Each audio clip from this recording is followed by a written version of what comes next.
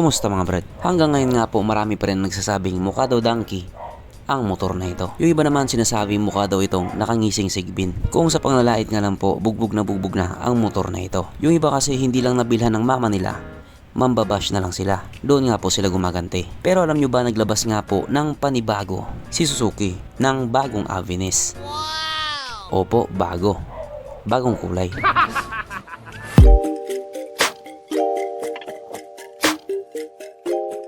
Pero syempre, bago tayo magpatuloy, kung bago ka pa lamang napadpad dito sa aking walang kwentang channel, huwag ka nang subscribe.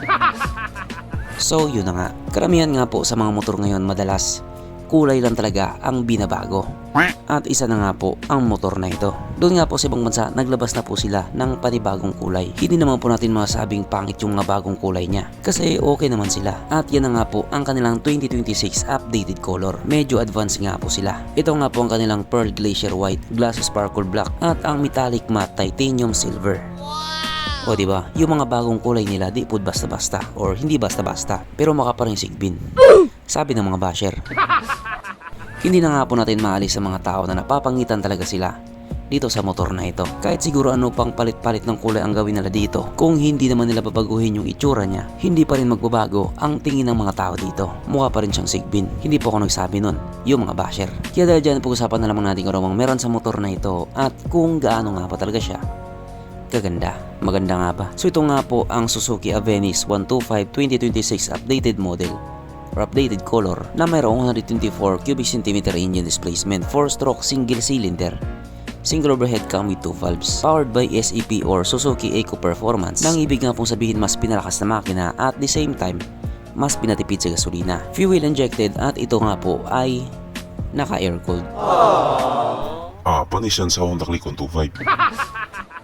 Ang kanyang operation ratio 10.3:1. Pagdating naman po sa kanyang power, ito po ay mayroong 8.7 horsepower at 6,750 RPM, 10 Nm of torque at 5,500 RPM, na ayon nga po sa mga taong nakagamit sa motor na ito daw po ay kayang tumakbo sa bilis ng 114 km/h. Pero sa ibang bansa, 100 lang talaga yung top speed nila. Syempre, ibang usapan na kapag Pinoy na nakasampa.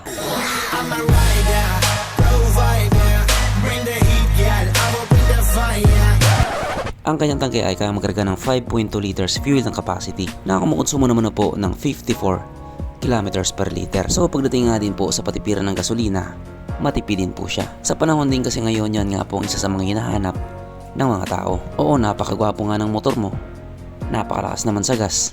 Yawa, miyo ko yun ah. Ang sukat ng kanyang gulong 90/90/12 sa harap at 90/100/10 sa likuran. So ganun pa rin, walang pinagbago sa gulong niya. Johnny Bravo inspired pa rin siya. At yan nga din po ang isa sa mga dahilan kung bakit binabash siya, pati na rin yung Bergman. Pero kasi may patiwanag din naman yung mga engineer dyan, yung mga nag-design talaga sa motor na yan. Sabi kasi nila mas maganda daw ang arangkada kapag maliit yung gulong sa likuran. Yun nga po yung rason nila. Pagdating naman po sa kanyang braking system, ito po ay naka-disc brake sa harap at drum brake pa din po sa likuran. Wala siyang ABS as expected, pero meron naman siyang CBS or Combi Brake System na kapag piniga mo nga po yung preno sa may harapan, sasabay po ng 30% yung preno sa likuran. So gamit na gamit nga po yung feature na yan doon sa mga taong pungkol. Ang kanyang seat height ay mataas na 780mm at 160mm naman ang kanyang ground clearance. At ang motor nga po na ito ay may kabuuang bigat na 107 kg. So para nga po sa ganyan kabalki na scooter, medyo hindi mo rin nakakalain na magaan siya. Mapunta naman tayo sa baba niya mga features. So ang ilaw nga po sa motor na ito, ganun pa din. Naka-LED yung pinaka-headlight niya. Tapos bulb light naman yung kanya mga signal lights. Kung magpo-focus ka nga lang po sa may pinaka-headlight niya or sa dyan, sa ilaw sa gitna, okay naman. Astig naman siyang tignan. Kaso lang yung nagbigay kakaibang itsura nga po sa kanya is yung signal lights niya na parang nga pong naging mata. Kaya yung kinalabasan nga po niya, parang na siyang nakangising sigbin. Yun ang sabi nila, hindi ako nagsabi nun. Ang kanyang gauge panel ito nga po ay naka-digital na ganyan nga pong itsura na masasabi kong okay naman, bumagay naman sa kanya. Kaso lang kahit nga po ito ay 2026 updated color or updated model, hindi pa din po siya nakakilis. Disusi pa din po yung gamit sa kanya. Pero katulad nga din po na palagi kong sinasabi, marami din pong tao na mas preferred nila yung disusi lang. Ayaw nila yung nakakilis. Mas convenient din naman kasi kapag nakadisusi lang. Yung nakakilis kasi or yung naka-smart key, may mga pagkakataon din talaga na nagluloko yung mga remote nila. Ganyan nga po ang nangyayari kapag nag-aangkas kayo ng hindi nyo asawa. At syempre hindi nga din po mawawala sa motor na ito ang kanyang USB charging port na para kahit saan ka nga po magpunta hindi ka na mangangamba na baka malobat yung cellphone mo kasi nga manonood ka pa ng Pornhub. At ang kanya nga pong gas tank cap nakapwesto pa rin sa may likuran na medyo kakaiba nga po siya kasi yung ibang motor nga po yung gas tank cap nila nakapwesto po sa may harapan o di kaya nasa may batok. Samantalang dito nga po sa motor na ito nakapwesto po sa may likuran. Pero ang kagandahan nga po sa motor na ito meron pa din po siyang kickstart na napaka-useful nga po kapag hindi na gumana yung push start mo. Kasi pag nagkataon na walang kickstart yung motor mo tapos hindi na gumana yung push start mo, bahala ka sa buhay mo. Pero dito ako munang bahala sa inyo sapagkat nandito na nga po tayo sa exciting na part, ang kanyang mga suspension. So sa harapang bahagi nga po ito ay ginamitan ng telescopic fork at sa likuran naman ito po ay gumagamit ng single shock absorber na ayon nga po sa mga taong nakagamit sa motor na ito, maganda ang bounce.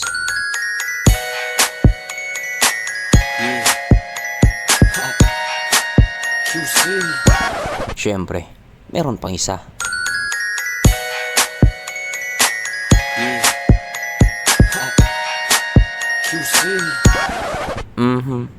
Panigurado.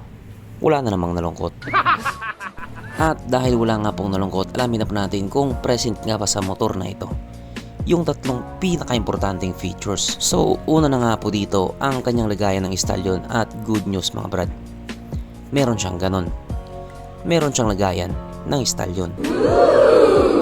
Pangalawa, meron din po siyang sabitan ng pulutan. At oras na nga po para sa ating Red Horse Check, ang pinaka-importanting feature sa isang motor. At ayon nga po sa aking masusing pag-aanalisa, ang motor na ito ay kayang magkarga ng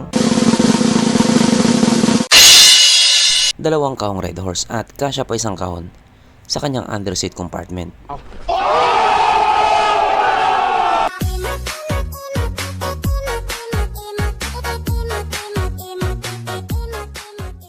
So therefore ang motor na ito ay talaga nga palang highly recommended.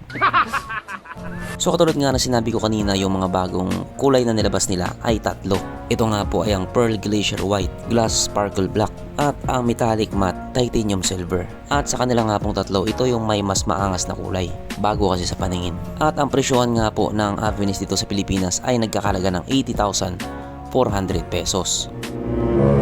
Yung iba na mamahalan, yung iba okay lang naman. So kung gusto mo nga po magkaroon ng motor na mukhang Sigbin, bumili ka nito. So hanggang dito na lang muna mga brad. Kung may gusto kang sabihin or gustong idagdag doon sa mga sinabi ko, mag-comment ka na lamang sa baba. Okay, bye.